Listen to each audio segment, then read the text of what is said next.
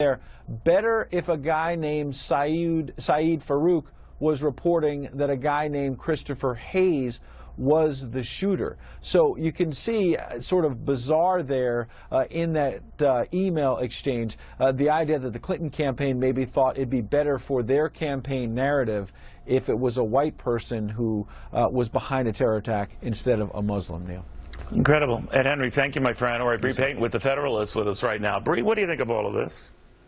I mean, as someone who was born and raised in San Bernardino County, I'm obviously very appalled at this response, and that his concern wasn't for the 14 Americans who were killed and the other 22 who were injured in this attack, but that the fact that, you know, this tragedy wasn't easy for him to exploit for the Clinton campaign. Sadly, though, I don't think that this kind of response or reaction is all that far out of left field coming from the left. You know, it took Barack Obama 2 weeks to come out and visit and grieve with the families of the victims. And do you want to know what he was doing between the 2 weeks between the attack and his visit? He was throwing parties at the White House, and he was too busy pushing for extreme gun control measures to come out and grieve with the families of the victims. So I think when it comes to radical Islamic terrorism, Obama and Podesta and the Clinton campaign are one and the same, in that their only interest is to exploit it to push for gun control.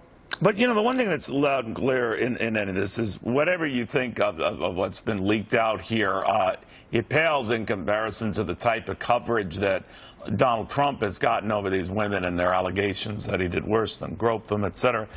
And I'm wondering, like, forget about, you know, even keeping it even, reporting as aggressively on these WikiLeaks and these embarrassing, you know, revelations for her and her campaign. It's more like 10 to 1 in favor of the Trump stories. There's not even a hint of trying to balance it out. No, you're exactly right. I mean, if we even mentioned the Podesta emails and what Hillary Clinton's campaign manager did, especially in the wake of this horrific tragedy, the worst terror attack on U.S. soil at that time since 9/11, I think, you know, that would be nice. And I think it's far more alarming when you do consider what Trump and Hillary Clinton have done in regards to, you know, hiding and covering up sexual allegations. I think that what Hillary Clinton has done is far worse than what Donald Trump said.